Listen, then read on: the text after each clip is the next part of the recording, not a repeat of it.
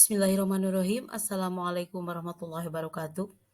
Saya Yuyu Supriyati, pengajar di SMA Negeri 1 Nagreg, akan memaparkan tentang teks laporan hasil observasi. Teks laporan hasil observasi adalah teks yang berisi penjabaran umum atau melaporkan sesuatu berupa hasil dari pengamatan atau observasi. Teks laporan hasil observasi juga disebut teks klasifikasi karena memuat klasifikasi mengenai jenis-jenis sesuatu berdasarkan kriteria tertentu. Menggambarkan ciri, bentuk, atau sifat umum seperti benda, hewan, manusia, tumbuh-tumbuhan, atau peristiwa yang terjadi di alam semesta. Teks hasil observasi bersifat faktual atau berdasarkan fakta yang ada. Tujuan teks hasil observasi adalah pertama, mengatasi suatu persoalan, yang kedua, menemukan teknik atau arah tertentu, yang ketiga, mengambil keputusan yang lebih efektif, keempat, melakukan pengawasan atau perbaikan, dan yang kelima, mengetahui perkembangan suatu permasalahan. Sedangkan fungsi teks hasil observasi adalah melaporkan tanggung jawab sebuah tugas dan kegiatan pengamatan, menjelaskan dasar penyusunan kebijaksanaan atau kebijakan, keputusan, atau pemecahan masalah dalam pengamatan. Kemudian, sarana untuk pendokumentasian dan sebagai sumber informasi terpercaya. Sedangkan ciri-ciri teks hasil observasi. Yang pertama, bersifat objektif, global, dan universal. Kemudian, objek yang akan dibicarakan atau dibahas adalah objek tunggal. Kemudian ditulis secara lengkap dan sempurna. Lalu ditulis berdasarkan fakta sesuai dengan pengamatan yang telah dilakukan. Dan menginformasi teks merupakan hasil penelitian terkini yang sudah terbukti kebenarannya. Kemudian tidak mengandung prasangka, dugaan, atau pemihakan yang menyimpang atau tidak tepat.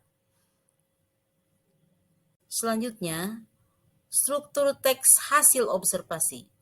Yang pertama, pernyataan umum atau klasifikasi dan definisi.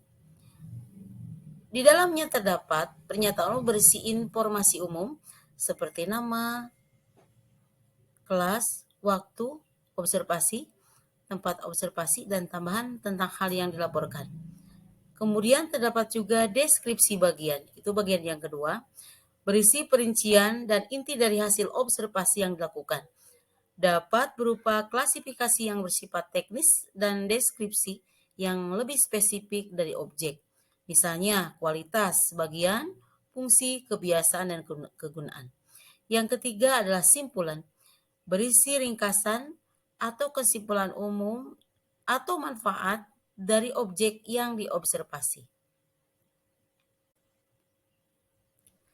Selanjutnya, kebahasaan teks hasil observasi. Penggunaan verba, yaitu disebut kata kerja. Kata-kata yang menyatakan suatu tindakan, contoh, memiliki, mengalami, memegang, dan mengandung. Juga menggunakan adjektif atau kata sifat, yaitu kata-kata yang digunakan untuk mengungkapkan sifat atau keadaan orang, benda, ataupun binatang. Lanjut, kata sifat biasanya didahului oleh atau diikuti dengan kata paling, sekali, amat, dan lain-lain. Contoh, sangat bagus, cerdik sekali, amat luas, paling besar, dan sebagainya. Terdapat juga penggunaan sinonim atau antonim, yaitu sinonim yang kata-kata yang memiliki persamaan dan antonim adalah kata-kata atau lawan kata. Contoh, halus bersinonim dengan lembut, kasar berantonim dengan halus. Selanjutnya, penggunaan konjungsi, yaitu kata-kata yang menghubungkan dua satuan bahasa sederajat. Contoh, tetapi, sedangkan, dan, atau, supaya. Juga terdapat penggunaan kalimat kompleks dan simpleks. Kalimat kompleks adalah kalimat yang mempunyai lebih dari satu verba atau satu predikat, sedangkan kalimat simpleks yaitu dari satu struktur kalimat.